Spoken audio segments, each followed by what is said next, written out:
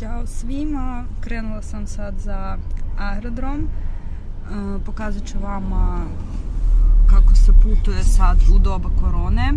Morat ću da odradim PCR na aerodromu i ne smijem da žvačem žvaku, da jedem, da pijem sad pre nego što ću davati ovaj test.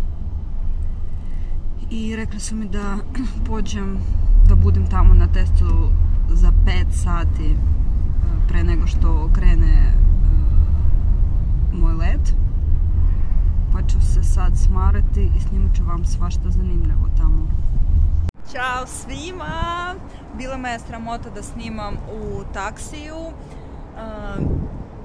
Nalazim se na aerodromu, sad sam došla na aerodrom i pokazat ću vama kako se danas trenutno putuje u doba korone. Snimila sam tipa intro ovdje jer sad ću navući masku do nosa, nadam se da se dobro čuje zvuk zbog vetra. I ajmo da krenemo. Ja sad moram da odradim PCR test da bi mene pustili sad pogoditi gdje ja putujem. I jako se bojim, plašim se da će biti, da neću proći taj test, da kažem, stao mi je mozak. Ajmo, čućemo se malo kasnije. Evo, ušla sam na aerodrom. Idem sad da odradim PCR test. Kao što vidite, ovako ću pokazivati. Sve radi, sve funkcioniše. Dosta ljudi. Nose se maske. Nadam se da me čujete preko maske. Sad čekam u redu da... Ne mogu da kažem da položim taj test, da dajem taj test, da vadim taj test, taj PCR. I dosta je ljudi, ja se izvinjam, i dosta je ljudi, već sam se preznojila, već sam se bila iznervirala jer nisam našla na vreme. Koliko je sad sati? Sad je 15 do 4, meni je let u 8. Imam još 4 sata i nadam se da ću stići. Ali ljudi, stvarno je puno ljudi. Trebala sam da idem u privatnu, da položim to, ne ovdje. Ali jebi ga, nadam se da ću stići, Bože. Dala sam sad taj test. Sad je 4 popodne, ja imam let u 8. 2 sata se čeka rezultat tog testa. Nakon što ga dobijem, mogu da idem da se registrujem na let. Ne znam da li ću stići za 2 sata, ali potrudit ću se jer nemam prava da zakasnim na let.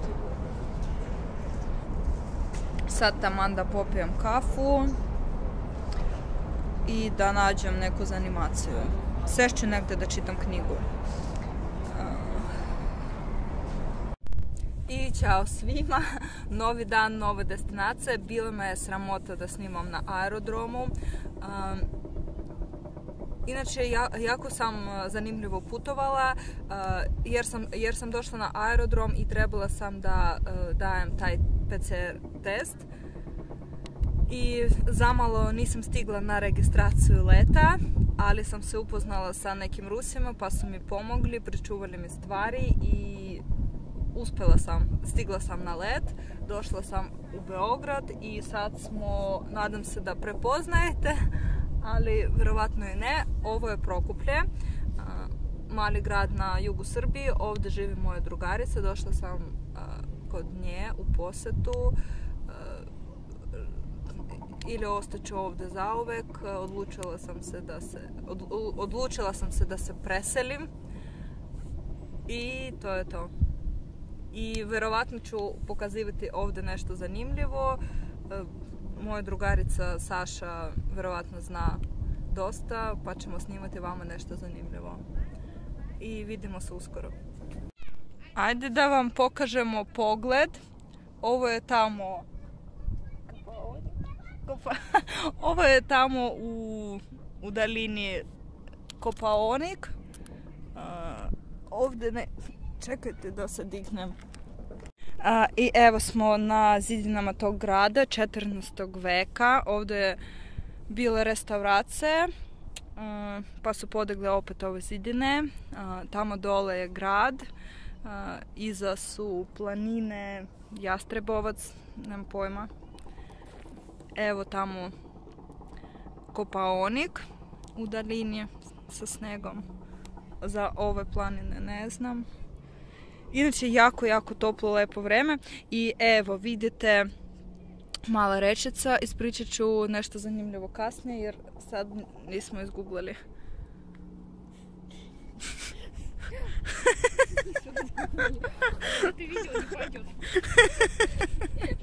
Pogledajte kako je lepo. Ovdje je šetalište, Hisar. Ovdje je bio stari grad u 14. veku. I jako je, jako lepo ovdje, pogledajte. I evo smo došli na glavnu ulicu, glavno šetalište. Jako je kratka i jako je mala, ali vidite koliko je ljudi. Sede se na otvorenom.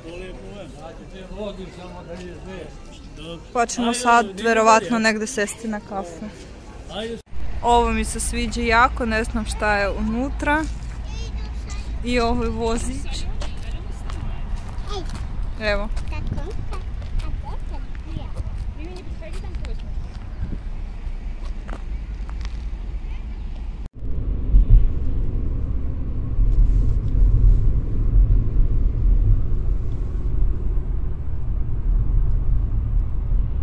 Mi smo krenuli za Niš. Ćao svima.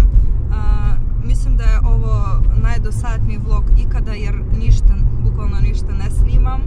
Mene je sramota da snimam ovdje u Srbiji jer ljudi me razume što pričam, što lupam. I sad smo krenule Saša i ja za Niš. Pa ćemo vjerovatno tamo vama nešto pokazati. Pogledajte kako je lepo napolju. Ujutru je pao sneg, ali već se otopio. Ok, idemo. Dobrodošli na glavnu ulicu Niša. Šetalište kao što je Knez Mihajlova. Ova zgrada mi se jako, jako sviđa. Gdje ćemo da idemo? Idemo mi sad negdje da prošetamo pa ćemo snimiti još nešto.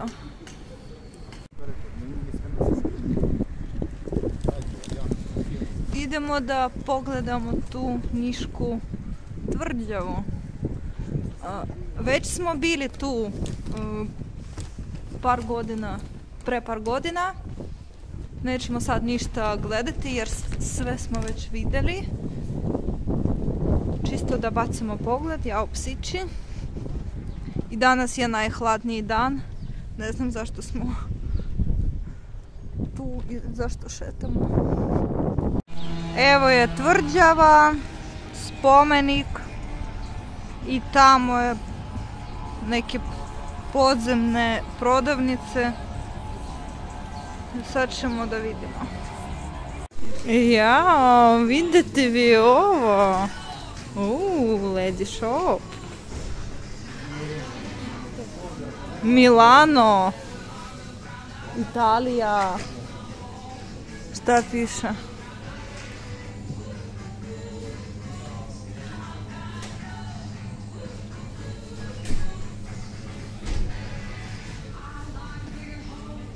Nema ništa rusko, ali dobro. Rado bih obukla ovakve cipelice.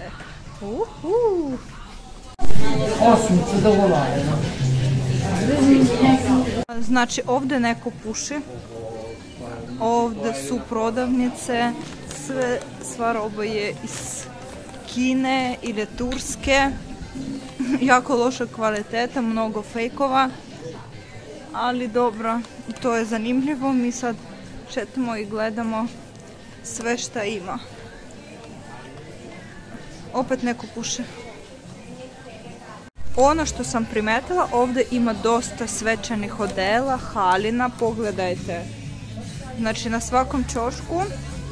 I inače sam primetila da ljudi, evo opet puše unutra, jebote. Ljudi često idu po svadbama, slavljama i tako dalje i puno i više se sređuju nego mi u Rusiji. I to je jedno vrlo zanimljivo, jedna vrlo zanimljiva stvar, pošto niko nema para. Ne zna se od čega se žive ovdje. To bi bilo to za danas, ništa zanimljivo nismo snimili, nemam inspiraciju, ne znam šta da snimam. Napolju je hladno, nisam se pripremila. Pitajte šta vas zanima, odgovorit ću i vidimo se. Ne znam da li sam snimila dovoljno materijala. Lep pozdrav svima, doviđenja.